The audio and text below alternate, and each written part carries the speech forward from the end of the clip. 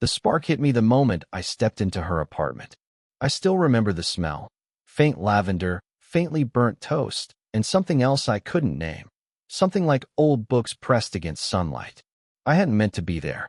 I was just fixing the radiator in the hallway outside her door, but when she opened it, something in her half-smile made me forget why I'd come. She stood there, arms loosely crossed, one foot just inside the threshold, the other on the rug that looked like it had been 100 winters old. I noticed the subtle way her hair caught the light, the way her eyes paused on me for a heartbeat longer than was polite. Mid-40s, confident and sharp, but soft in a way I didn't understand yet. She had this air of, I've seen a lot, but I still notice everything. And I couldn't stop staring, even though I knew I shouldn't. Radiator, I mumbled, holding up my toolbox like it was armor. She tilted her head, a small, teasing smirk tugging at the corner of her lips. Come in, then. It's freezing out here. I hesitated. I shouldn't have, but the invitation, casual, effortless, like she wasn't thinking twice about it, pulled me inside. Her apartment smelled warmer than the hallway, softer somehow. The light was dim, not bright enough to be annoying, but enough to catch the faint lines at the edges of her eyes. I noticed them, and instead of thinking, I found myself smiling back. She walked toward the radiator, glancing over her shoulder. It's making that whining sound again. Yeah, I said, and then, stupidly added, I can probably fix it. She leaned casually against the counter, one hand brushing a stack of mail, and just watched me. I swear I could feel her gaze following my hands, noticing every slight tremor as I unscrewed the panel. And when I looked up at her, caught in the act of glancing, she gave me that quiet, knowing smile, like she understood something I didn't even know about myself yet. Then there was a pause. Not uncomfortable, exactly, but charged. She moved a little closer, not too close, but closer enough that the warmth of her presence brushed against the edge of my awareness. I cleared my throat, pretending to be focused on the radiator, but every time I lifted my wrench, I felt her eyes there, quiet, studying, and something in me twisted, a mix of panic, curiosity, and the oddest kind of thrill. I'll get some tea, she said suddenly, breaking the silence. If you want. I nodded, too aware of the sound of my own voice, the awkward way I held myself. When she disappeared into the kitchen, I caught a glimpse of her from the corner of my eye. The way she moved, like she was part of the room, part of the light, part of something I couldn't yet name. And then it happened, a small act, nothing monumental. She returned with 2 mugs, steam curling between her fingers, and handed me one. Our fingers brushed for the briefest instant, and I swear the air changed. Just that, a touch so brief it could have been accidental, but my chest felt heavier, and I realized I had no idea when I'd get to touch her like that again. I don't even remember the tea's taste. I only remember the weight of that moment, that impossible, unspoken spark that made the radiator, the apartment, the cold winter evening outside fade into something else entirely. Something that haunted me in ways I didn't yet understand. And I couldn't stop thinking, what was it about her that made me linger at the doorway, long after she'd gone back to the kitchen? I found myself back at her apartment a week later, not because I had any excuse beyond the radiator. Honestly, it was mostly an excuse to see her again. The hallway smelled of the same faint lavender, but now there was also the faint trace of coffee brewing somewhere beyond her door. She opened it before I could knock, hair pulled loosely into a knot that looked casual but deliberate.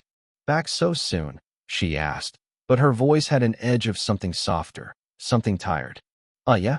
Just wanted to check if the radiator was, still working, I said, fumbling with my toolbox again. She stepped aside, letting me in, but didn't offer a smile this time. Instead, she leaned against the counter, arms folded, watching me set to work. I noticed the faint crease between her brows, the way her shoulders slumped a little, like the world had been heavier than usual. I wanted to say something, anything, but the words wouldn't come. As I unscrewed the panel, I watched her from the corner of my eye. She laughed quietly at something in her phone, and it was effortless and small, like a secret shared with no one.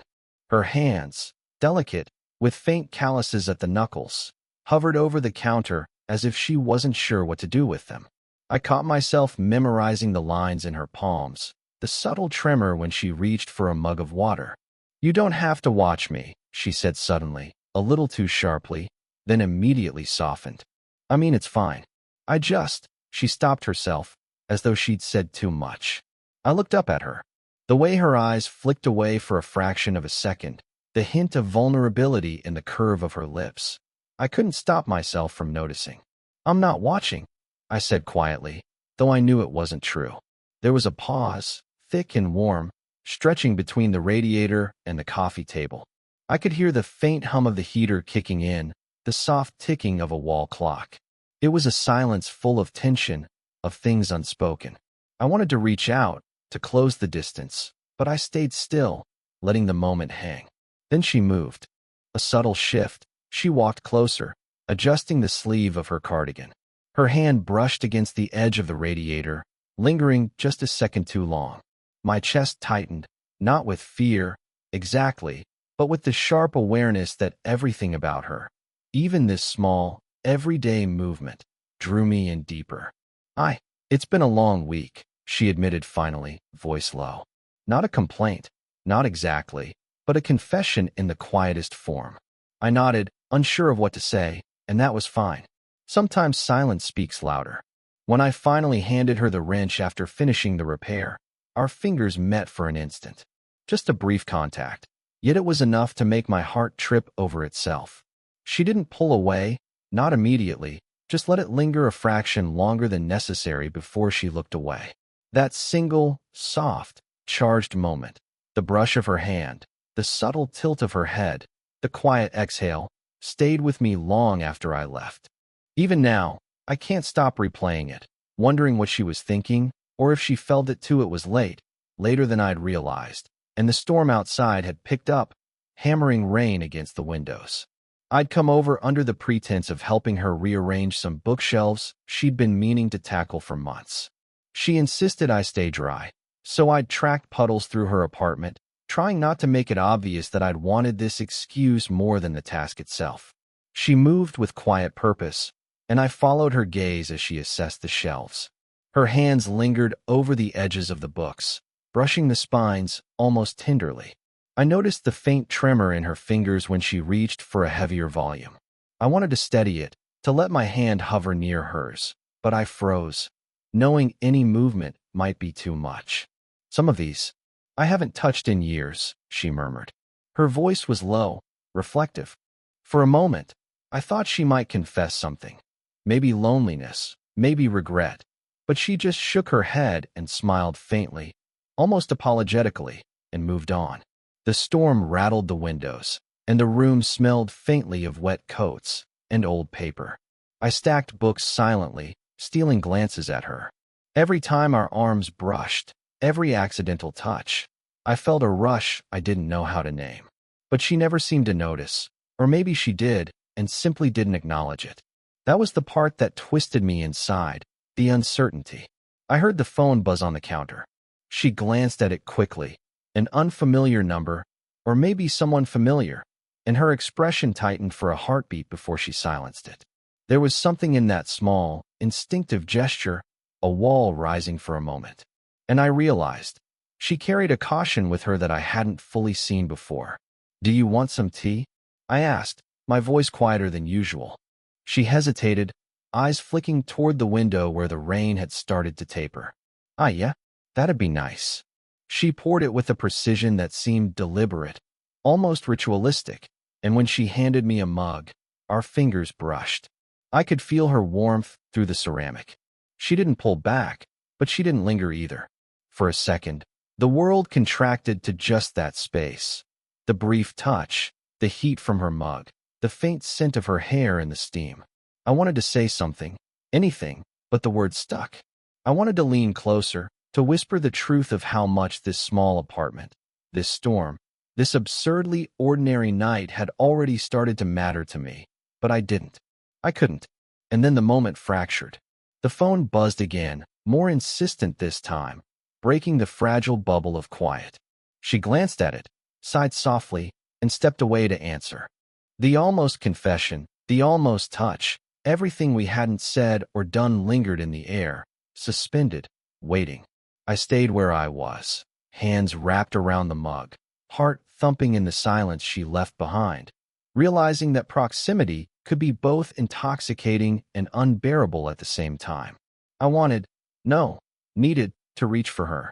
But she didn't speak the entire evening. We sat on opposite ends of the couch, the rain still drumming lightly against the windows, the city beyond hazy and blurred.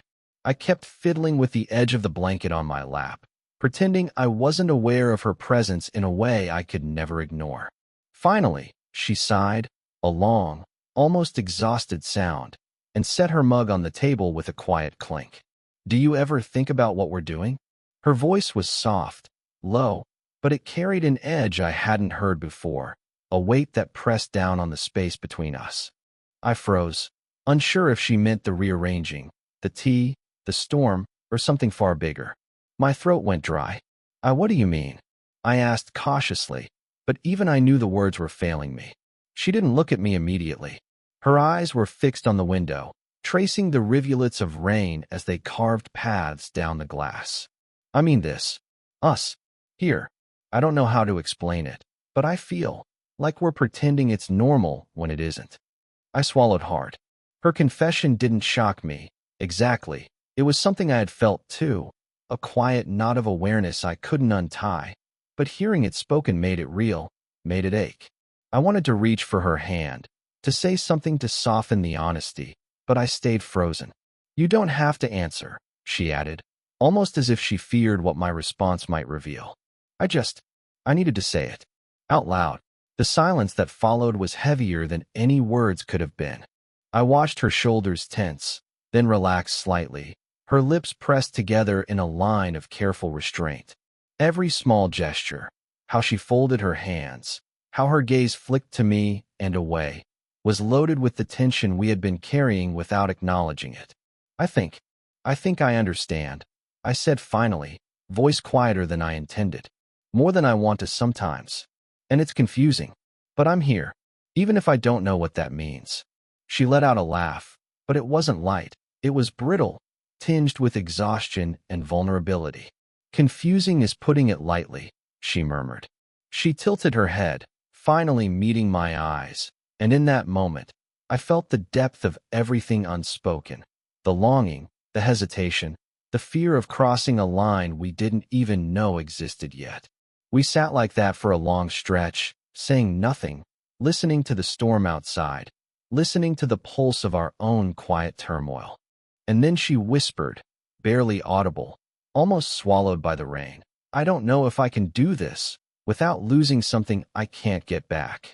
Her words struck me in a way I couldn't articulate. It wasn't fear exactly. It wasn't anger. It was the weight of reality, the raw honesty of someone admitting that the world we were treading was dangerous in its own quiet way. I realized then that nothing would ever feel the same again, not after she spoke it, not after she made the invisible impossible to ignore. And I knew I would replay that line in my head for weeks, without losing something I can't get back. I was helping her clear a stack of old papers from the desk when I found it, a yellowed envelope tucked between folders. She froze the instant my fingers brushed it, a micro-expression passing across her face that I almost missed, a flicker of hesitation, of something private surfacing. I didn't think anyone would touch that, she said, voice barely above a whisper. Her fingers hovered over it, trembling slightly. I noticed, for the first time, how small the tremor was, how deliberate her control had been over it for years. I hesitated, not wanting to push, but the curiosity was stronger than caution. It's just a letter, I said softly. If you don't want me to, she shook her head. No, it's fine. It's old. From someone I thought I'd never get over. Her eyes flicked down to the envelope, and I saw the raw weight of memory settle on her shoulders. She took a deep breath, her hands shaking just a fraction as she opened it.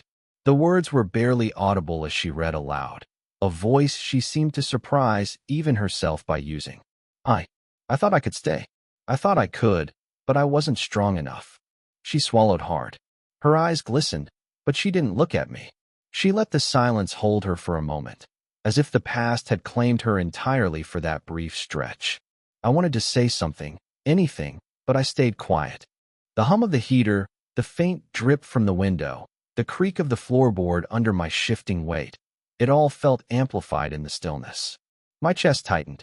I wanted to reach out, to bridge the distance, but I didn't. Not yet. You remind me of him, she said suddenly, voice almost cracking, looking at me for the first time with an intensity that startled me. Not in a way you'd understand. Just, you notice things I used to hide. You don't look away. You see me, even when I don't want to be seen. I blinked, my throat dry. I'm not him, I whispered, because I wasn't. But somehow, those words felt both true and completely irrelevant at the same time. She nodded, half-smile tugging at her lips. But there was no relief, no comfort. Just the echo of something lost, something still aching beneath the surface. We stayed like that for a while, the letter forgotten on the desk, a fragile bridge forming between our silence. I could feel the shift, like the ground had moved beneath us, and neither of us knew exactly how to navigate it.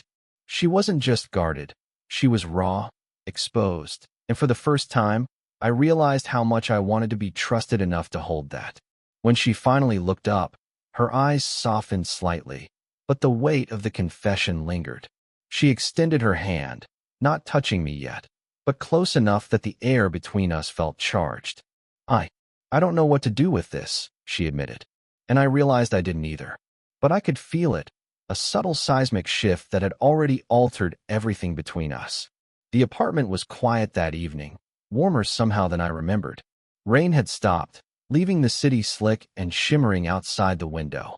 She had lit a single lamp in the corner, soft light spilling over the couch where we sat, books and papers scattered like evidence of our earlier chaos. We didn't speak immediately. Words felt unnecessary. I could feel her presence beside me, the faint weight of her leaning slightly forward, hands loosely folded on her lap. I realized, with a kind of shock, that just this shared space, was enough. Enough to acknowledge everything we hadn't yet said.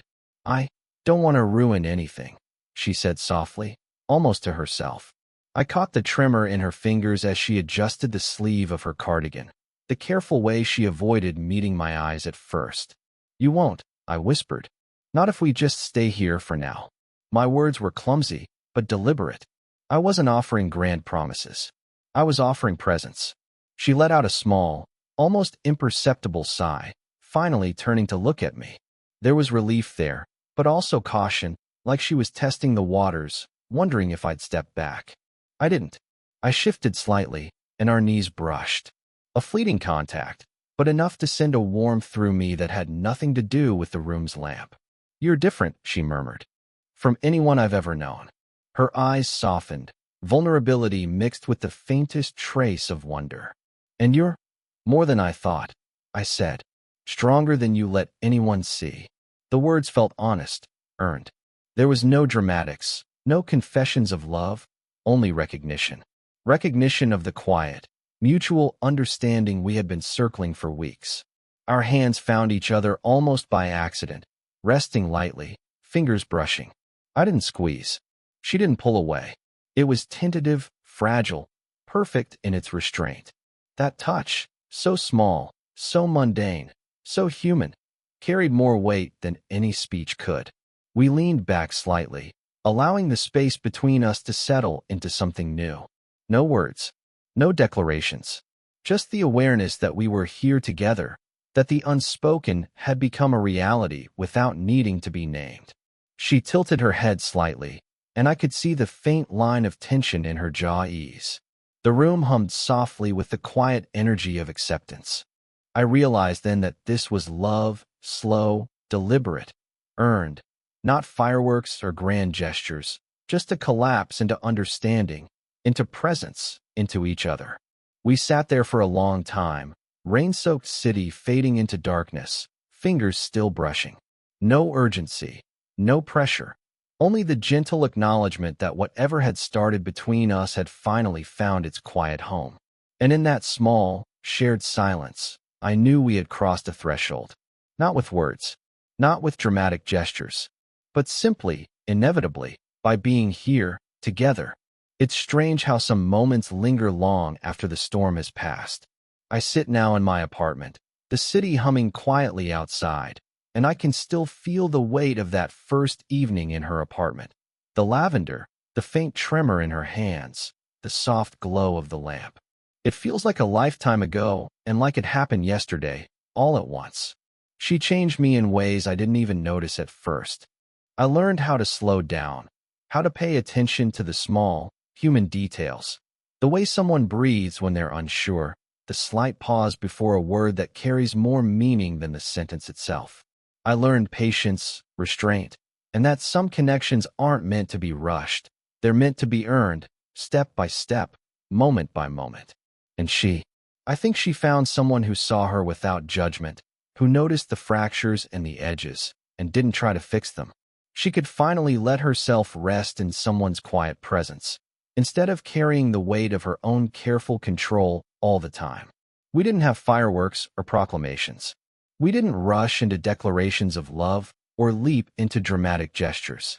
What we had was slower, softer, and somehow stronger for it. A shared silence that carried more meaning than words, a touch that was small but seismic, a quiet understanding that said, "I see you. And I'm here." Sometimes I catch myself replaying the small moments. The brush of her fingers when handing over a mug, the flicker of vulnerability in her eyes, the soft laugh she never realized I loved hearing. Those moments are ours, and they're enough. Love doesn't always arrive with grand gestures. Sometimes it arrives quietly, imperceptibly, and lingers in the corners of ordinary days. And maybe that's the most human, most lasting kind. If this story made you feel something, let me know in the comments. Would you want more stories like this?